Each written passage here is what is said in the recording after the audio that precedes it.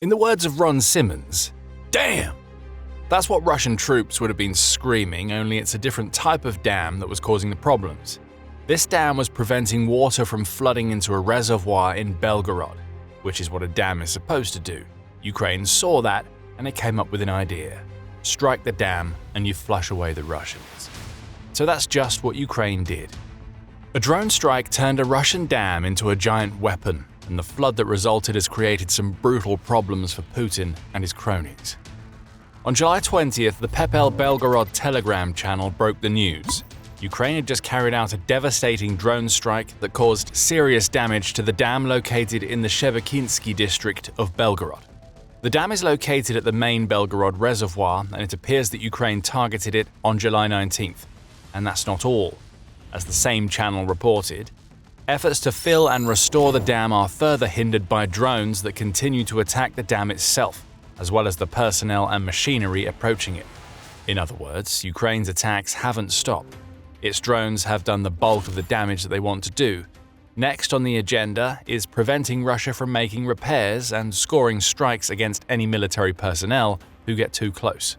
Ukraine wants the water to keep flowing, and as you will soon find out, the water is already becoming a major problem for Russia. But first, the damage. Medusa reports that a spillway section of the dam, roughly 30 meters long, has been damaged by the drone strike, and that water is pouring through at an alarming rate. Spillways are safety structures either built as part of or beside a dam that are used to safely pass floodwater away from a reservoir once that reservoir is filled up. The key here is control. The water still passes over, around or through the dam, but it's directed in such a way that it doesn't cause any problems. The Belgorod Dam has essentially lost one of its spillways, which means the water it was supposed to control isn't being directed to where it needs to go anymore. On top of that, Ukraine also appears to have scored a direct strike on the road that runs along the crest of the dam. Taking out a road doesn't cause flooding, of course. However, it does make it much harder for Russian repair teams to reach the damaged spillway. They need to navigate around the road to get to where they need to go. It's no easy task, given that the dam's crest is pretty narrow. We also mentioned follow-up attacks. A July 21st report by AA reveals that drones launched after the main barrage are further compromising the Belgorod Dam. Hydraulic equipment has also been struck, which has caused a further uncontrolled release of water to go along with that caused by the spillway destruction. Warnings are now blaring in Belgorod. Authorities warn that if further attacks happen, a more serious breach of the dam might occur, which could flood several settlements and cause the evacuation of thousands of people. That's already well on its way toward happening. Militani offers more details, noting that the initial surge of water has led to the Nezagol River, which flows alongside Shebekino, rapidly filling to the point where it's burst its banks. Infrastructure and buildings on the banks of this river have already started to flood, and the situation may end up getting worse as Ukraine continues the assault. In nearby Bezlyudovka, which is located downstream of that river, we've also seen water levels rise. And on Popady Street, in this general region, residents are reporting the formation of a lake that is making it incredibly difficult for vehicles and pedestrians to pass through. The residents of Belgorod should be used to this flooding. It's happened to them before.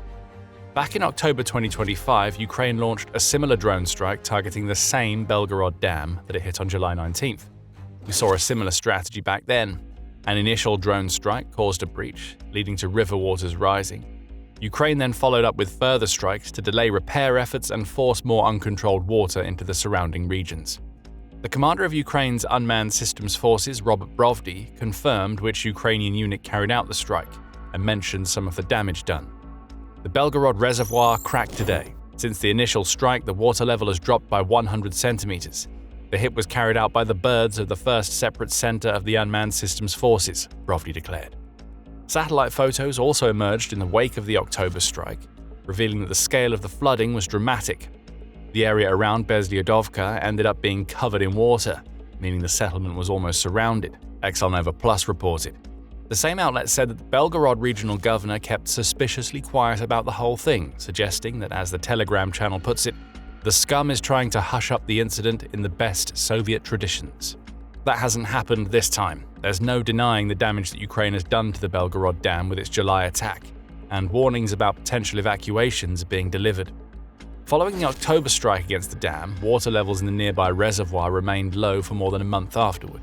Ukraine will be hoping for a similar result this time around. At this point, you may have a few concerns rattling around your head. What Ukraine appears to have done is strike what many would consider a civilian target. Indeed, it's the settlements around the Belgorod Dam that are immediately affected, and Russia is trying to paint this strike as a terrorist attack by Ukraine's drone forces. Ukraine would respond to those concerns with 2 points. This is revenge, and the Belgorod Dam has more military importance than many realize. On the revenge front, Russia is no stranger to destroying dams if it thinks doing so could damage Ukraine in any way. We can head all the way back to the beginning of the invasion to see that, in September 2022, Russian missiles struck the reservoir dam in the southern Ukrainian city of Kyiv. Ukraine's President Volodymyr Zelensky blasted the attack as terroristic, noting that this particular dam held no military value whatsoever, meaning Russia had no justification for launching it. That isn't the case with the Belgorod Dam, as you'll soon discover. Almost a year later, in June 2023, the Kakhovka hydroelectric power plant in Kherson was destroyed. This dam, which is one of 6 that sits on the Dnipro River, held back a reservoir so massive that residents call it the Kakhovka Sea, due to it being so large that you can't see the opposite bank in some places. This attack was a little more complicated than the earlier dam strike. NATO and Ukraine accused Russia of destroying the dam, while Russia claimed that it was a Ukrainian strike that had done the damage, the BBC reported at the time. The latter seems unlikely. Not only would that mean Ukraine launched attacks against its own infrastructure, but it would have also put thousands of its own people at risk to do so. Furthermore, the dam was built specifically to withstand a powerful impact from the outside, the BBC says. As such, its complete destruction was more likely to have been caused by an internal explosion. And given that Russia occupied the region where the dam was located, it seems far more likely that Russia itself blew up the dam, perhaps as an attempt at a false flag operation. The point here is that Russia is no stranger to attacking dams. For Ukraine, the strike against the Belgorod Dam on July 19th is a case of tit for tat. If Russia can do it without being punished, then Ukraine can attack dams to bring the war back to the Russian people in return. However, and as is usually the case with Ukraine's strikes, this latest attack wasn't just about revenge. Despite Russia's claims, the Belgorod Dam does serve a military purpose, making it a legitimate target for Ukraine. Before we explain what that purpose is, this is a quick reminder that you're watching The Military Show. If you haven't subscribed to the channel yet, then what are you waiting for? We deliver daily videos covering the latest developments in the Ukraine war and other global military events. It's not just civilians who live near the Belgorod Dam that have been affected by Ukraine's strike.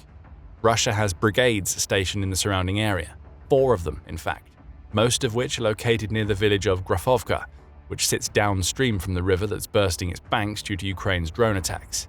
We learned this fact during Ukraine's October 2025 attack against the dam, when RBC Ukraine revealed the resulting flooding had impacted a series of bunkers used by the 68th, 116th, 128th, and 136th Russian Armed Forces brigades. That lends an entirely new perspective on Ukraine's latest Belgorod Dam assault. Remember, Belgorod is a border region.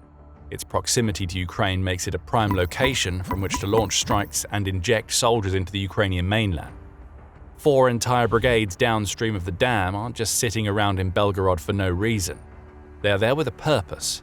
What that purpose may be isn't 100% clear, however we do know that Russia has used Belgorod as a launching pad for attacks on Ukraine.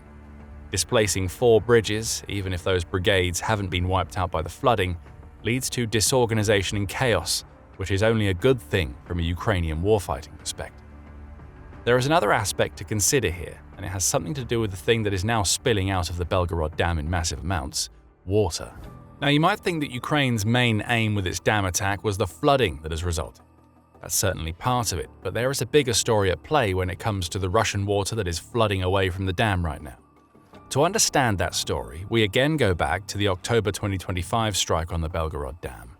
At that time, Russia was making a push to try to capture more territory in the Ukrainian region of Vovcha. By October 26th, Putin was claiming that Russia held about 70% of the region. Its task from that point was to cross the Vovcha River. That had been a problem. When that river is flowing, Russia faces a hell of a time making a crossing. However, a very dry summer in Ukraine had caused some issues, as a statement from Ukraine's 16th Army Corps revealed at the time. The enemy tried to fully exploit a window of opportunity. After a dry period and an extremely hot summer, the Siversky, Donetsk, and Vovcha rivers had dried up, simplifying logistics for the adversary. At the same time, reserves had been stockpiled and there were still enough leaves on the trees.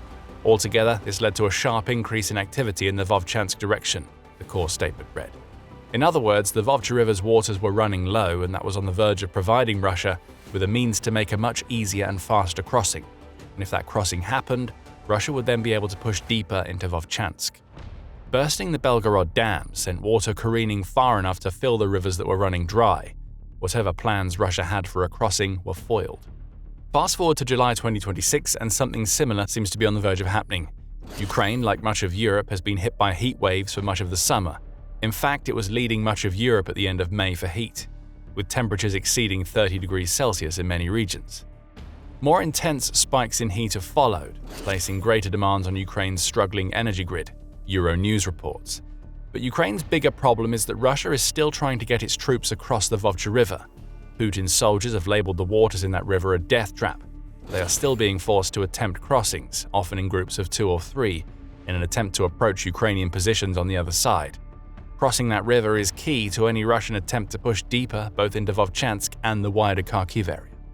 With these factors in play, it looks like Ukraine has just run a repeat of its October strike on the Belgorod Dam to ensure that the waters keep flowing into a river that is keeping Russia's soldiers at bay.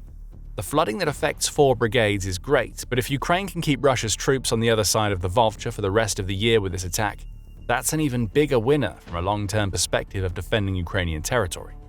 So the destruction of the dam at the Belgorod Reservoir isn't the terrorist attack that Russia wants you to think it is. Taking out that dam serves several military purposes.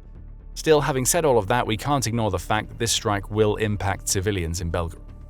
And while Ukraine has no intention of attacking those civilians directly, it would also argue that putting pressure on the Russian people is another legitimate military tactic that it's just employed. How so? Well, the psychological impact of attacks in Belgorod on the region's people adds up to more pressure placed on Putin to end his Ukraine invasion. It's fair to say that the people of Belgorod are more tired than most of Putin's seemingly never-ending thirst for war. Living in a border region, they've spent years having the war brought back to their doorsteps by Ukraine. On 2 occasions in 2023 and 24, Ukrainian forces entered the Belgorod village of Kozinka, leading to part of that village being destroyed in fighting. In the city that gives the oblast its name, bomb shelters have been erected, anti-drone nets are draped over important buildings, and there are even barricades at the bus stops. All are supposed to be temporary, though increasingly seem to be permanent signs that the war that Putin started isn't as one-sided as he claimed it would be. Even now, the residents of Belgorod are still being forced to suffer because of Putin's war. On July 7th, the New Voice of Ukraine reported that water shortages and blackouts had resulted from an overnight attack that triggered several fires at Belgorod Linear Production Management of main gas pipelines. These sorts of incidents are becoming everyday occurrences for Belgorod's civilians, and many will view Ukraine's latest dam-busting attack with a combination of exasperation and outrage. Yet another signal that Putin's war has come home to Russia. You might think that the exasperation and outrage we just mentioned are being directed at Ukraine. After all, they're the ones conducting the attacks against Belgorod. However, that doesn't seem to be the case. Belgorod's war-weary residents are simply tired of the war as a whole, and many are far angrier at Putin than they are at Ukraine. There are signs of this all over. In a January 28th report, The Economist revealed that a local news website named Fonar had run a survey asking Belgorod residents various questions about Putin's war. Around 25% said they were devastated and disappointed that it had happened at all, with a similar number stating that the war had put their lives on hold. But the most eye-opening result came from the question asking whether respondents had given aid to Russian participants in the war.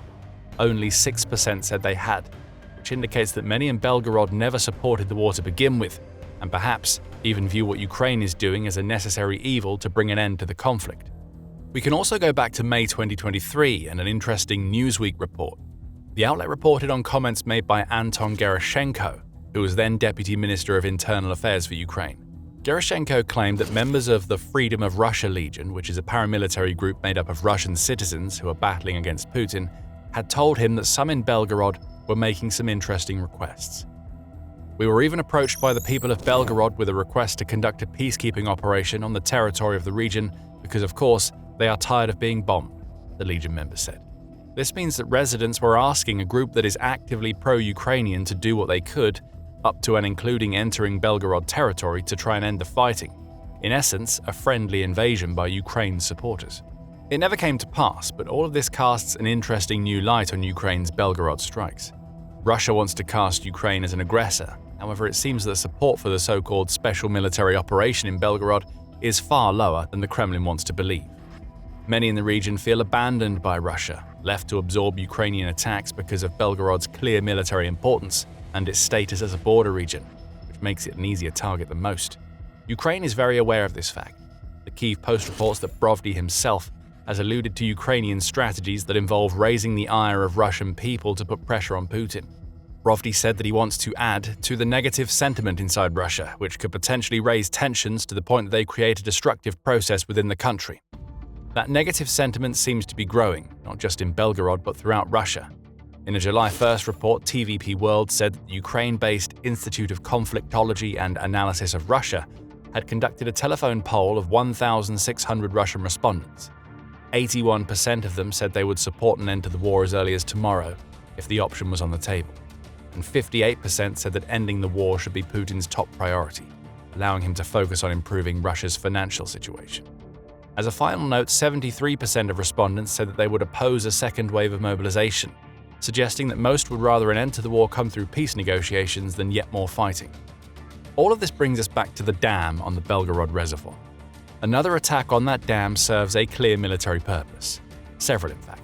But perhaps the most important aspect of the strike is that it makes an already war-weary population in Belgorod even angrier at Putin for putting them in the situation they're in and then seemingly leaving them to their fate. Who knows, Belgorod might even end up being the first Russian region to outwardly rise up against Putin in protest. Its residents don't seem to blame Ukraine for their situation. It's their leader who is responsible for everything that is happening. More pressure on that leader is sure to come if these types of attacks continue. Unfortunately, it seems unlikely that Putin is going to stop until he gets what he wants, no matter how long it takes, how many have to die, and how much of a shambles he creates in Russia. Desperate to cement his legacy, Putin has ended up making Russia weaker on the global stage than it has been at any other time under his leadership. To find out why, watch our video where we cover all of the reasons why invading Ukraine was the worst decision that Putin ever made. And if you enjoyed this video, remember to subscribe to The Military Show and ring the notification bell to ensure that you see more of our coverage and analysis of the latest developments in the Ukraine war. And thank you for watching.